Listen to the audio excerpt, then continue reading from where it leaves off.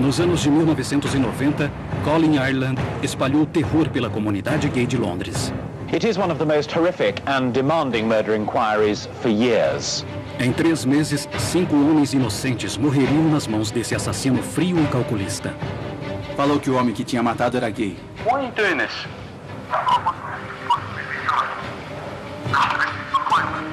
Colin ficou conhecido como o assassino de gays e definiu uma meta bem diferente para si mesmo. Ele fez uma resolução de ano novo. Ele ia se tornar um assassino em série. Ele tirou a vida de suas vítimas numa série de crimes bizarros e cruéis. Demos de cara com uma cena horrível. Nunca vi nada igual na minha vida. Colin tinha se tornado um monstro ao longo dos anos ou era um assassino por natureza? Probably 60-70% quite a reasonable human being most of the time. But there is that side of my character that is negative. It's quite cold and calculating.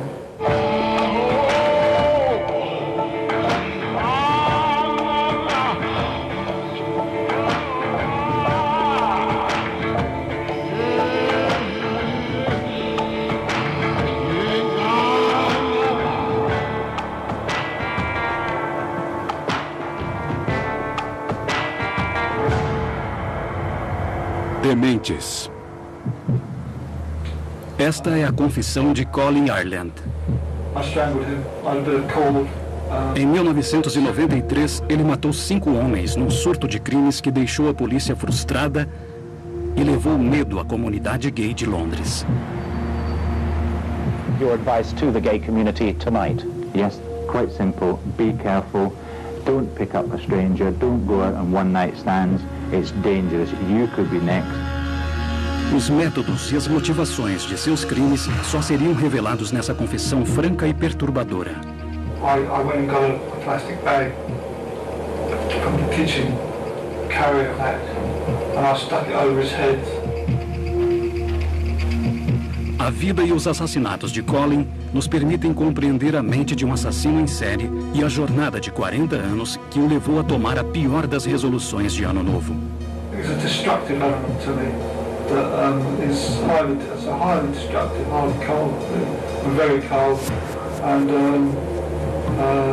I think in some moods I'm quite happy to burn the world down as possible. Colin nasceu em 16 de março de 1954 e sua vida seria marcada por decepções e fracassos desde o início. O pai de Colin não queria se envolver na criação do filho e foi embora antes mesmo de o menino nascer. Ireland nunca conheceu o pai biológico e acho que isso é muito importante. Temos que lembrar que estamos falando da Inglaterra no início dos anos de 1950, onde ter filhos fora do casamento era muito mal visto pela comunidade local. A mãe dele, de 17 anos, tinha sido abandonada sem dinheiro nenhum e acabou tendo que ir morar com os pais na Myrtle Road, em Dartford. A mãe dele era realmente muito pobre. Por diversas vezes, a mãe de Ireland o mandou para outro lugar na esperança de se juntar a ele em outra ocasião. A impressão que dava é que ela queria muito dar boas oportunidades a ele, que queria dar uma boa vida a ele, mas não conseguiu. A infância de Colin foi uma época triste, assinalada por inúmeras dificuldades, privações e pobreza. Os problemas com o aluguel levavam os dois a se mudar de repente. Acho que ele sofreu muito com isso, sabe? Qualquer criança sofreria.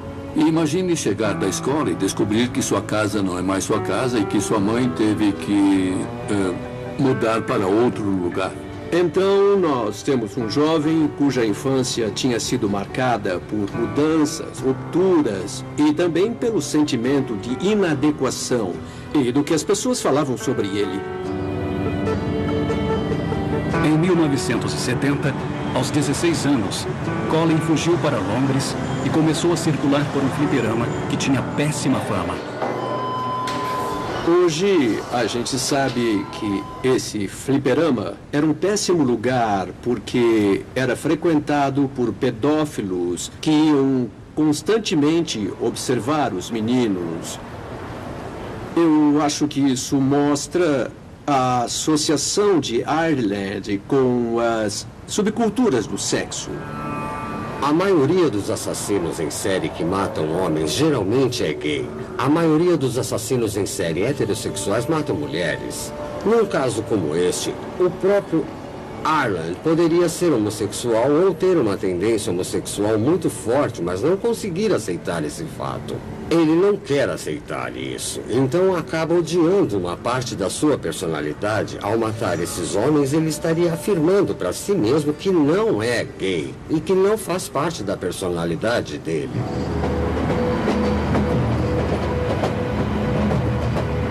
O fim da adolescência de Colin também foi tumultuado.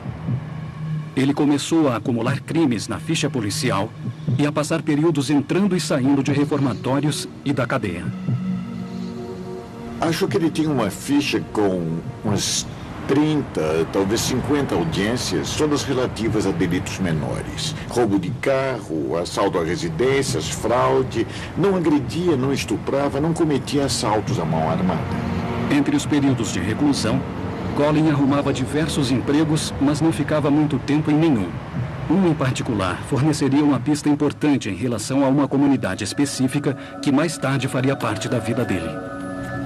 Acho até que chegou a ser leão de chácara numa boate gay. É praticamente impossível afirmar se ele era gay ou não. O que importa é o conhecimento que ele tinha a respeito dos lugares frequentados por gays. Colin conheceu a primeira esposa por volta de 1981. Ele trabalhava como segurança na época e acabou ficando amigo de Colin Brown. Ele era um cara grande e meio caladão, mas depois que nós ficamos amigos, ele passou a falar bastante. Foi aí que eu comecei a ir ao apartamento dele, em Holloway. A esposa dele, a Vitória, era cadeirante.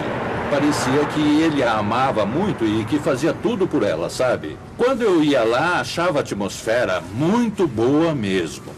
Eu acho interessante que a primeira esposa dele fosse portadora de deficiência. Ele podia dominá-la, já que fazia uma espécie de serviço de enfermeiro na lógica dele. Parecia que Colin tinha conseguido reconstruir a vida e fazia tudo o que podia para ser um bom membro da comunidade. Na verdade, ele e outro homem faziam a ronda pela vizinhança. A gente saía tarde da noite com uma lanterna na mão e, se visse alguma coisa contra a lei, a gente informava a polícia local. Existe sempre meio que uma noção pervertida de hierarquia, o desejo de ser alguém na comunidade. E é claro que o papel de defensor informal da vizinhança daria a Ireland a sensação de que estaria contribuindo com algo de que tinha valor. No entanto, a vida harmoniosa e respeitável que Colin tinha construído viria a desmoronar 5 anos depois, quando a esposa descobriu que ele a traía. Mas ninguém poderia prever as consequências trágicas e violentas que a juventude turbulenta de Colin, sua carreira no mundo do crime e a proximidade com a comunidade gay de Londres trariam. Em 1993, Colin Ireland matou 5 homossexuais inocentes. Mas o que o teria levado a matar? O homem que ficou conhecido como Gay Slayer era um assassino por natureza? Colin tinha tido uma infância complicada e um casamento fracassado. Em 1989, durante um fim de semana de treinamento de sobrevivência em Devon, ele conheceu sua segunda esposa, Janet Young. Eu conheci o Colin no pub que eu tinha, o Globe Inn. Ele chegou como cliente e ficou parado na porta com um uniforme de camuflagem. Era um cara bem impressionante. Todo mundo no pub parou de falar quando ele entrou. Janet logo se apaixonou pelo desconhecido, embora nem todos tivessem gostado dele no início.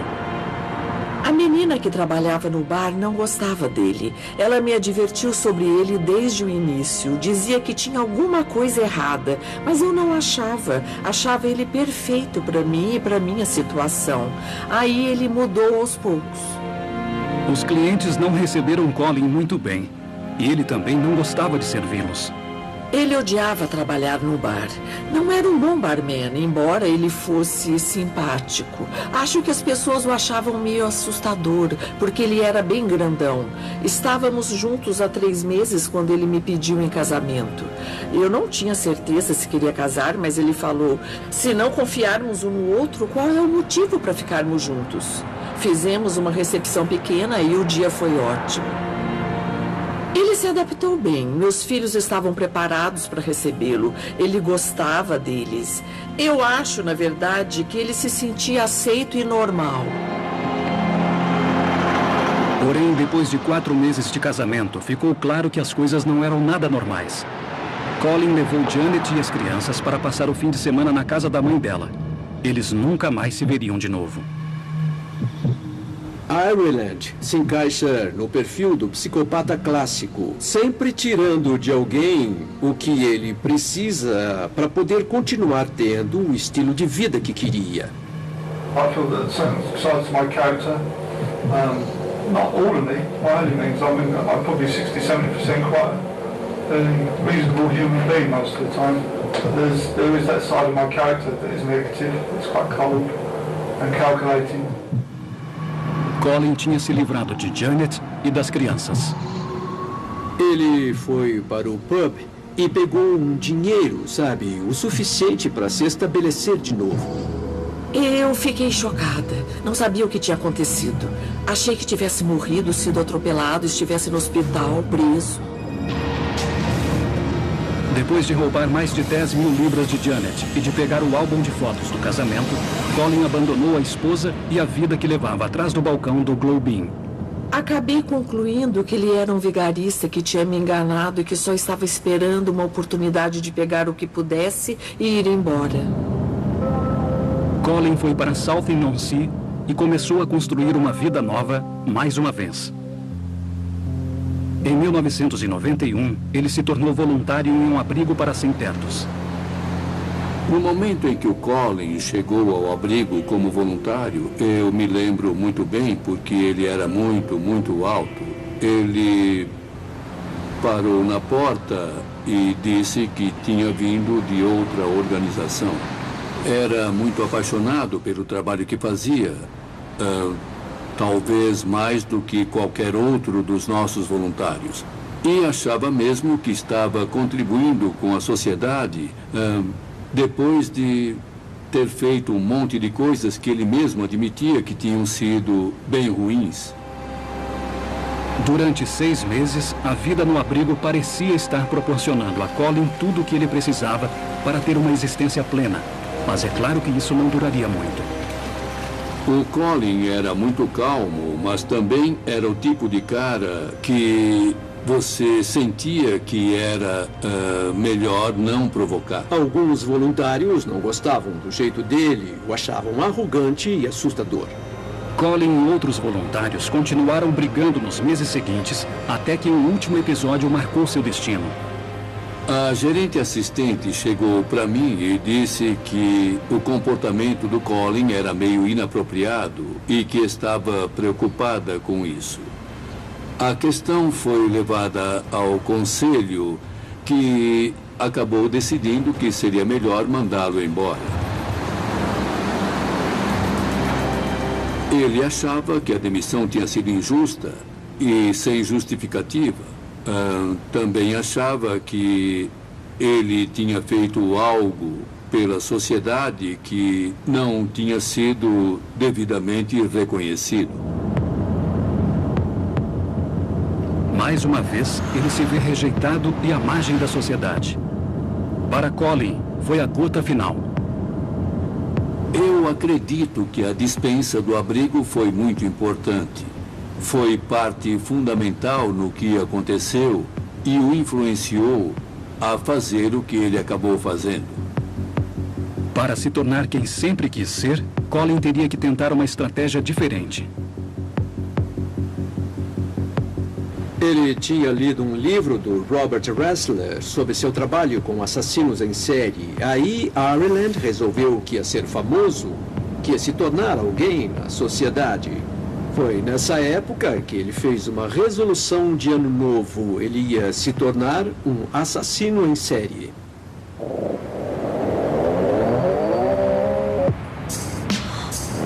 Colin chegou ao pub Coleraine em 8 de março de 1993. Foi nessa noite que ele começou seu legado de violência. No início dos anos 1990, o Coleraine era muito popular entre a comunidade gay e, em particular, entre os praticantes de sadomasoquismo. No início dos anos de 1990, o Coleraine ficava lotado à noite. E as pessoas que vinham aqui, os clientes se identificavam com inúmeras práticas sexuais que eram apresentadas. Então, era muito fácil para Colin Ireland escolher uma vítima. Havia uma série de sinais. Quem gostava de tal coisa usava um lenço da cor X. Quem gostava de outra usava outra cor.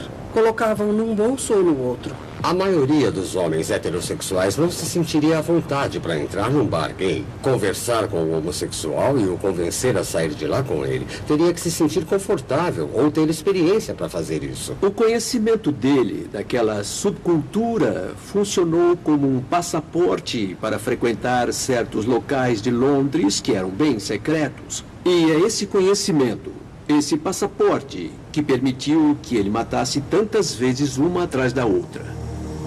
Durante a confissão, uma incursão inédita à mente de um assassino em série, Colin descreveu os fatos terríveis que tinham acontecido na noite em que havia torturado e matado uma vítima inocente. I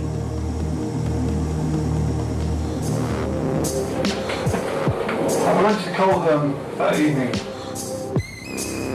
I felt if I was approached by one of that group type that tended to trigger these things in me, these masochistic men, I felt that time, I felt there was a likelihood that I would kill. Não demorou para Colin ser abordado pelo diretor de teatro Peter Walker. Os dois começaram a conversar e foram juntos para o apartamento de Walker. I went into the flat and I bound him I tied him to the bed. Antes de matar Peter Walker, Colin tentou extorquir a vítima impotente. Ele o obrigou a revelar sua senha de banco, queimando os testículos de Walker com um isqueiro. I went and got a plastic bag from the kitchen, carrier bag, and I stuck it over his head.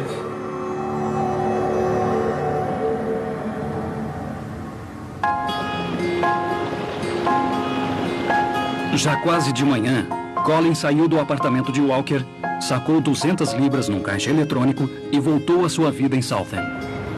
Eu imagino que Ireland deveria estar doido para ler sobre a morte de Peter Walker nos jornais, para ver nos noticiários, tanto nos locais quanto nos nacionais. E é claro que quando o assassinato de Peter não apareceu nas capas dos jornais, não chegou nem a ser noticiado, Ireland assumiu as rédeas e fez duas coisas. A primeira foi telefonar para um grupo de apoio e a segunda foi ligar para o jornal The Sun.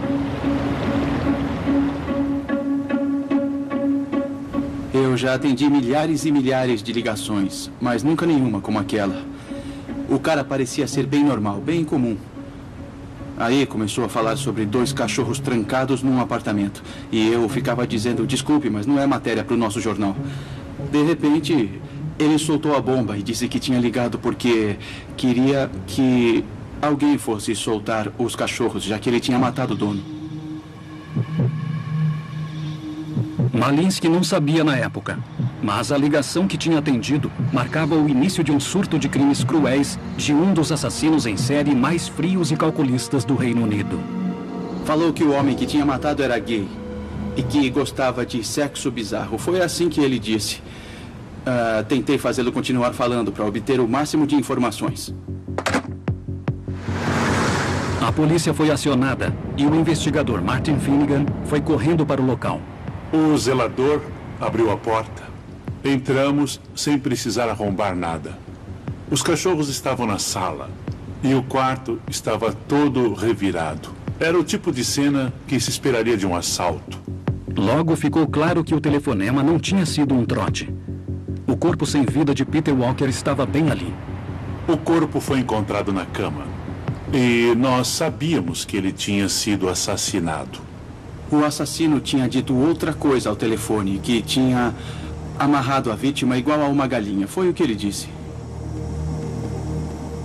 Tinha um preservativo no nariz, e um na boca e 2 ursos de pelúcia em cima do peito, arrumados na posição 69. A autópsia revelou que ele tinha morrido asfixiado.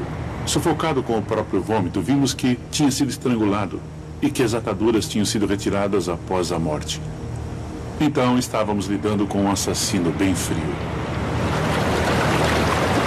O homem misterioso poderia querer avisar a polícia sobre seus crimes, mas isso não queria dizer que desejava ser pego.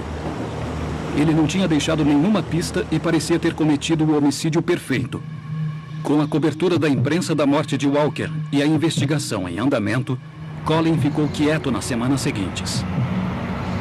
Na maioria dos surtos de assassinos em série, geralmente existe um intervalo maior entre um assassinato e outro.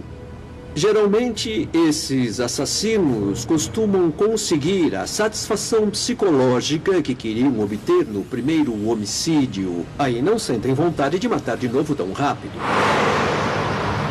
A polícia não conseguiu achar provas conclusivas para capturar o assassino de Walker e a investigação acabou chegando a um beco sem saída.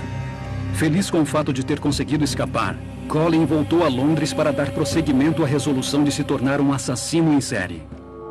Colin tinha decidido se tornar um assassino em série e já tinha feito sua primeira vítima. Agora ele estava pronto para matar outra vez e estava cada vez mais próximo de atingir seu objetivo. Em 28 de maio de 1993, o bibliotecário Christopher Dunn, de 37 anos, abordou Colin no Coleraine. O Christopher Dunn também era gay. Ele se interessava por sadomasoquismo e frequentava o pub Coleraine. Ireland tinha uma espécie de passaporte para o local, já que conhecia os códigos e também a subcultura. Ao confessar, Colin revelaria como tinha se tornado um assassino frio e calculista. We got talking, realised he was the type. I went back to his place in North London, Willesden I think it was, and I'd gone quite prepared this time to kill them. And I bought a very inexpensive pair of handcuffs, and I was carrying a small torch, a maglite and a pouch, and a couple of other things, a lock knife and a Leatherman, which is like a multi-tool device. And I'd got a book and a pen, and I was going to have him repeat his PIN number, and I strangled him. I had a bit of cord. On both of those occasions I stayed with the bodies until 6, half past 6 in the morning, because that was a vulnerable time, because I still had stuff on me that would have been a bit, a bit awkward if I'd been stopped by a policeman. Colin saiu da casa de Christopher Dunn antes do amanhecer. Em 28 de maio, encontramos o corpo de Christopher Dunn morto na casa dele em Whetstone. E mais uma vez, a cena era bem montada. Ele estava amarrado com um arreio nu, com exceção do arreio, e tinha marcas de estrangulamento. Mesmo com o cadáver diante deles, os policiais não achavam que tinha sido um assassinato. Entendo que a investigação levou a polícia a acreditar que tinha sido uma brincadeira sexual que tinha acabado em tragédia.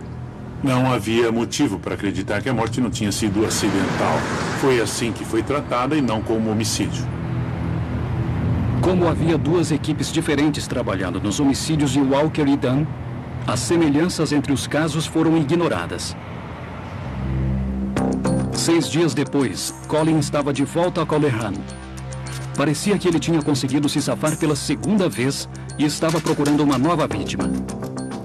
Desta vez, quem chamou sua atenção foi Perry Bradley, de 33 anos.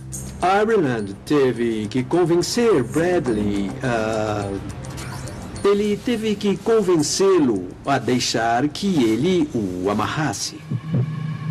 We went back to the flat, and I don't think he was so much into the S&M that I said I had to. So it's going to be a long night. I suggest you get some sleep if you can. And I just sat and listened to the radio, and he actually went to sleep. And while he was asleep, I throttled him with the noose, and he hardly struggled. Mais uma vez, Colin passou a noite sentado com o cadáver. I think that affected me mentally to quite a degree. I think maybe if I'd have killed these people and gone, I wouldn't have been affected mentally so much, but sitting in with these bodies for sort of like 5 or 6 hours on some occasions, watching them gradually sort of get blotchy as they do and cold, and it wasn't something that I don't think I could cope with, to be honest with you. I wasn't dealing with it too well. Com a intenção de cometer o homicídio perfeito, Colin tinha muito cuidado com as cenas dos crimes. Durante a confissão, ele revelou como tinha recriado a cena de uma série policial de TV. Got this one off the bill, and that was taking the batteries out of the torch and wiping prints off of those and putting them back in with gloves on. You ought to ban that program. Quando Colin Ireland saía da cena do crime, levava tudo o que havia tocado com ele. Ele não deixava sangue, sêmen, cabelo, fibras digitais. Na viagem de volta para Salton-on-Sea, Colin se livrou dos itens incriminadores que tinha retirado da casa de Dan. Ele os jogou do trem em movimento para poderem se misturar ao lixo próximo aos trilhos.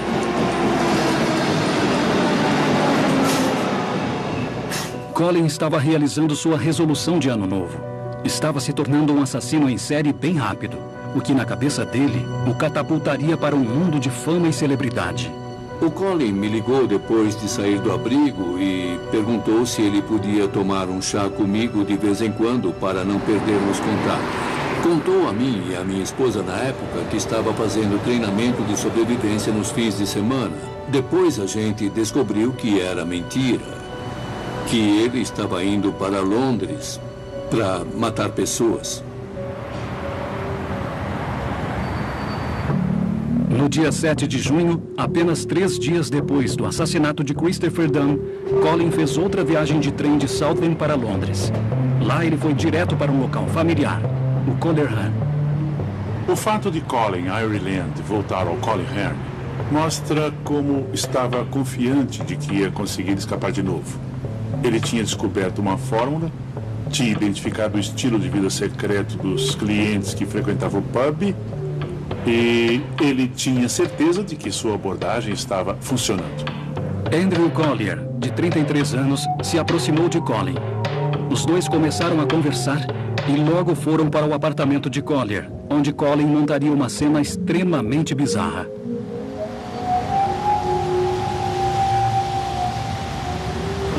Quando conseguimos entrar no apartamento de Andrew Collier, demos de cara com uma cena horrível. Nunca vi nada igual na vida. Andrew Collier estava deitado de costas, com o gato em cima do peito, estava nu e tinha 2 preservativos na boca. Tinha outro preservativo na cauda do gato e o pênis de Collier tinha sido introduzido na boca do animal. Agora, tente imaginar essa cena. Era estranha demais. Foi só depois da confissão de Colin que os investigadores entenderam por que ele tinha montado uma cena tão sinistra. I felt real anger towards him because he thought there was going to be a normal sexual encounter, which there wasn't going to be, and then had AIDS and no time to warn me. I was on a sort of almost like a roller coaster thing, and I felt, you know, there was more I was doing, you know. Ao vasculhar a casa de Andrew Collier, o assassino descobre documentos médicos mostrando que a vítima era HIV positivo. Daí, como consequência dessa descoberta, ele estrangulou o gato de Collier e realizou procedimentos post-mortem de natureza muito hedionda. Ireland também estava tentando conquistar a simpatia do público, dizendo, além de ser gay e curtir sadomasoquismo, esse cara também era HIV positivo.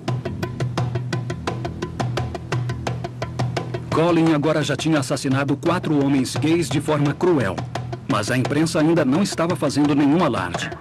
Seu trabalho duro não estava sendo reconhecido e Colin não ia mais ficar em silêncio. Ireland, mais uma vez, decidiu fazer parte da investigação. Ele ligou para a polícia. Quando Colin falou com meu colega de delegacia em Battersea, perguntou por que tínhamos abandonado a investigação no caso de Peter Walker. Como não estava tendo fama nem notoriedade, aí deu o nome de todas as vítimas e deixou bem claro que havia matado as 4. Why are you doing this?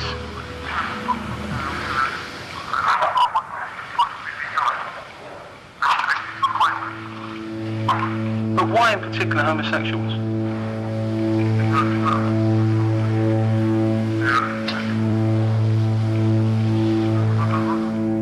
Ele disse, vou continuar até me pegarem. Eu vou matar mais. Eu sempre quis cometer o homicídio perfeito. A polícia estava atônita, chocada. O inquérito ganhou proporções colossais. Assim teve início uma das maiores investigações policiais da história recente. Os investigadores estavam determinados a capturar o assassino, que além de matar homossexuais, brincava com a polícia. It is one of the most horrific and demanding murder inquiries for years. Ligação entre mortes de homossexuais. Assassino diz que vai matar 1 por semana. A Scotland Yard concedeu uma coletiva de imprensa extremamente dramática e fez um anúncio também muito dramático, dizendo que tinha um assassino de gays à solta. Advice to the gay community tonight. Yes, quite simple. Be careful. Don't pick up a stranger. Don't go out on one-night stands. It's dangerous. You could be next.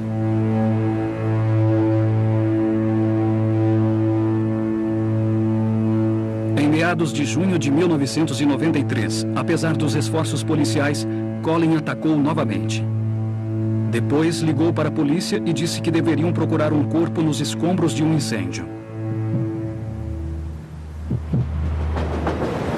Recebemos então uma ligação da polícia de Lucian dizendo que as janelas do apartamento estavam pretas e tinha fumaça saindo. E lá dentro acharam o corpo de Emanuel Spiteri.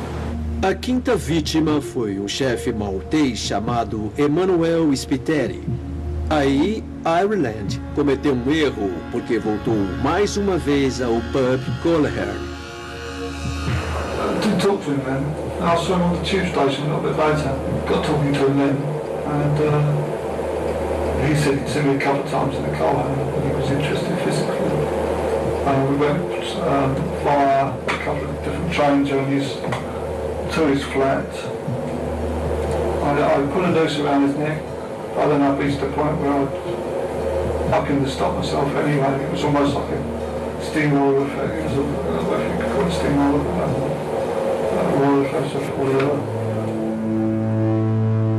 De novo, a metodologia era a mesma. Ataduras, algemas, tudo removido depois do assassinato. Mas dessa vez, antes de ir embora, ele fez uma pilha com as roupas e os lençóis no quarto e ateou fogo.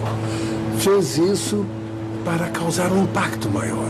E eu tenho certeza de que foi por isso. Se analisarmos as cenas dos crimes, do 1º ao 5º, que foi quando botou fogo na casa de Spiteri, vemos que a coisa estava crescendo. Ele disse que era uma montanha russa e tenho certeza de que era. Mas agora, o assassino cuidadoso estava ficando desleixado. Ele não conseguia mais controlar o vício de matar. Police hunting the killer of 5 homosexual men in London have been appealing for help at a big gay rights demonstration in the capital. Me lembro muito bem da parada gay daquele ano. Tens of thousands of homosexuals streamed through central London in their annual gesture of pride and identity. But this year it was against a somber background. Police and stewards handed out thousands of leaflets appealing for information about the serial killer who's murdered 5 times and is terrorizing London's gay community. O medo era palpável mesmo. É claro que a imprensa só piorava as coisas. Eu não lembro em que jornal vi, mas tinha uma manchete escrito eliminador de maricas. E outros usavam o termo assassino de gays.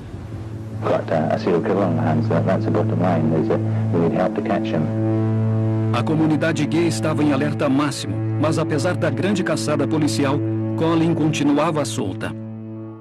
No início de 1993, Colin Ireland fez uma resolução de ano novo sinistra. Ele se tornaria um assassino em série. 6 meses depois, já tinha matado 5 homens em Londres e conseguido escapar da grande investigação policial para capturá-lo. Southend-on-Sea. Acho que foi em junho daquele ano que o Colin foi me visitar e a gente ficou vendo TV. Estava passando uma matéria sobre os assassinatos em Londres no noticiário. Aí o Colin virou para mim e perguntou: o que você acha disso? E respondi: é mais um doido solto por aí. Não tinha ideia de que era ele. Londres.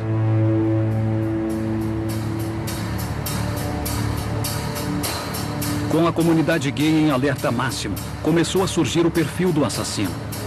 A polícia recebeu uma pista muito valiosa de uma testemunha através do grupo de apoio gay Gallup. Ele contou o que tinha visto na noite em questão em que Spiteri tinha morrido. Falou que estava em Charing Cross quando viu os dois juntos, que eles entraram num vagão e que tinha 2 meninas lá dentro também. Aí as testemunhas que estavam no metrô que ia de Charing Cross para Reader Green nos forneceram um excelente retrato falado e uma ótima descrição de Spiteri e Ireland. Com as informações das testemunhas, a polícia agora sabia o trajeto que Colin e Spiteri tinham feito até o apartamento da vítima. Eles logo conseguiram uma imagem de uma câmera de segurança de Spiteri com um homem bem alto. A imagem e o retrato falado foram divulgados imediatamente. Richard Higgs, antigo colega de Colin, se lembra do comportamento estranho do amigo em sua última visita. Ele chegou lá em casa de noite, acho que era domingo à noite. Estava muito nervoso, agindo de forma muito estranha. E a gente ficou bem confuso com aquilo, bem pouco à vontade, e queria que ele fosse embora dali. Aí dei uma carona para ele até o lugar onde morava na época. Ele ficava falando na terceira pessoa, muito esquisito, sussurrando e resmungando. Era muito ruim ficar perto dele, a gente só queria se afastar, basicamente. Colin começou a entender que não demoraria muito para alguém reconhecê-lo por causa das imagens divulgadas na imprensa e decidiu agir. A essa altura, acho que Colin Ireland começou a ver o que ia acontecer. Então, ele entrou em contato com a polícia através do advogado. Ele preparou uma declaração dizendo: sim, era eu que estava com Spiteri. Fui ao apartamento dele em Reader's Green, mas tinha outro homem lá. E como eu não queria fazer sexo a 3, dormi na entrada de uma igreja e voltei para Southend. Aí então mandamos uns policiais correndo para lá para prendê-lo ainda no escritório do advogado. Finalmente a polícia acreditava que tinha detido o homem certo. Mas Colin achava que os investigadores não tinham nenhuma prova. Ele não abriu a boca. Ficou olhando para mim, impassível, o tempo todo. Era muito, muito irritante. A única reação que teve foi quando falei que tínhamos encontrado uma digital dele no apartamento de Colin. Colin tinha cometido um grande erro no assassinato de Andrew Collier. Em algum momento na noite do homicídio de Collier, houve uma confusão do lado de fora. Colin tinha ido até a janela para ver o que estava acontecendo e deixado sua impressão digital. Foi aqui que o tumulto aconteceu. Colin e Ireland foram até a janela para ver e foi aí que Ireland deixou a digital que a polícia encontrou.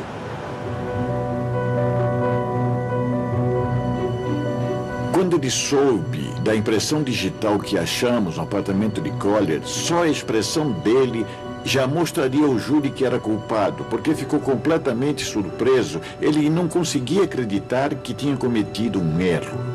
Enquanto estava detido, Colin avaliou sua situação. Ele achou que tivesse tomado todo o cuidado para não deixar nenhuma prova. Mas a digital no apartamento de Andrew Collier botava tudo a perder. A polícia iria indiciá-lo pelos homicídios de Andrew Collier e Emanuel Spiteri, mas poderia não ter provas suficientes para acusá-lo pelos outros 3. Ele já estava detido há 4 semanas, quando eu acho que ele provavelmente pensou no que faria a seguir, porque ele estava fora dos holofotes.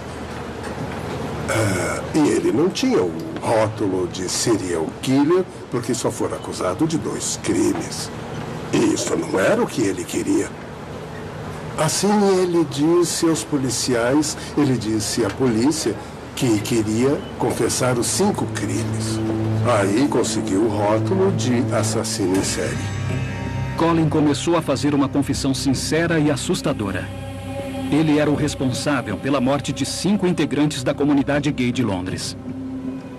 Ireland era extremamente narcisista. Ele queria crédito pelos crimes e se orgulhava do que tinha feito, como muitos assassinos em série.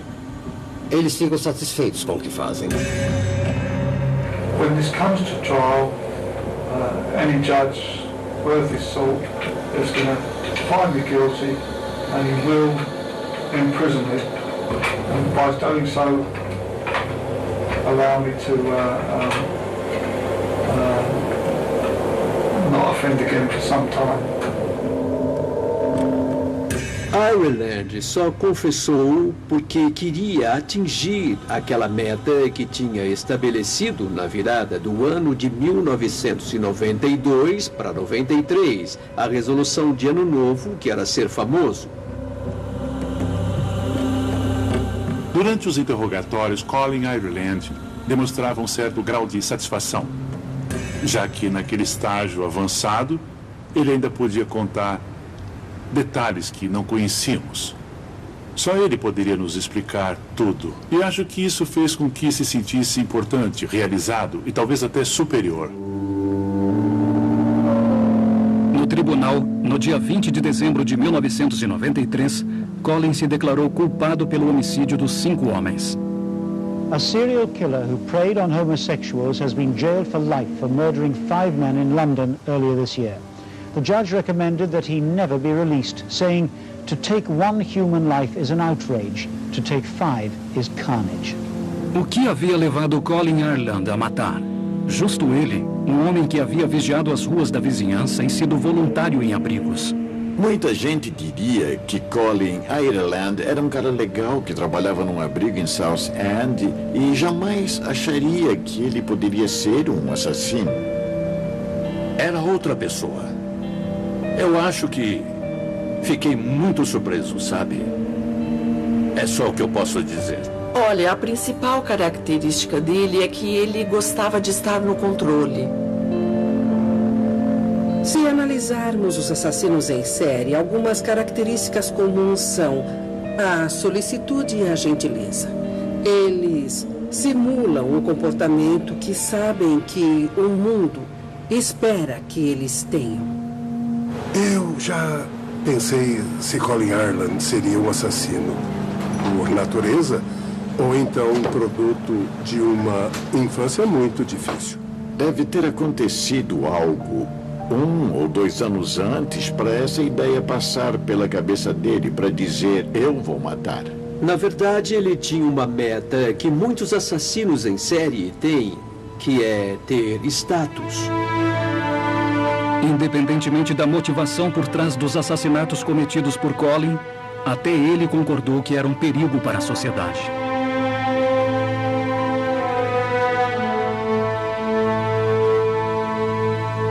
Colin Ireland tirou a vida de 5 homens inocentes. No dia 21 de fevereiro de 2012, ele morreu na prisão com a dignidade que tinha negado às suas vítimas, aos 58 anos, de causas naturais. Versão brasileira, Tempo Filmes, São Paulo.